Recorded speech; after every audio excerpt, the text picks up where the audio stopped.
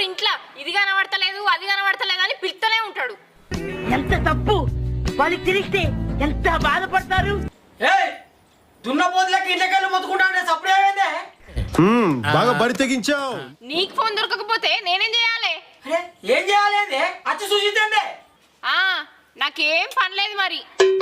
ఏ పోనీ అవ్వ నీతోనే ఎవరు కొడతారే? నేనేం కడుకోనయ్యం. ఎరక తోటలో చాటడి బియ్యం లగేజ్ కొడితే లజ్జలు.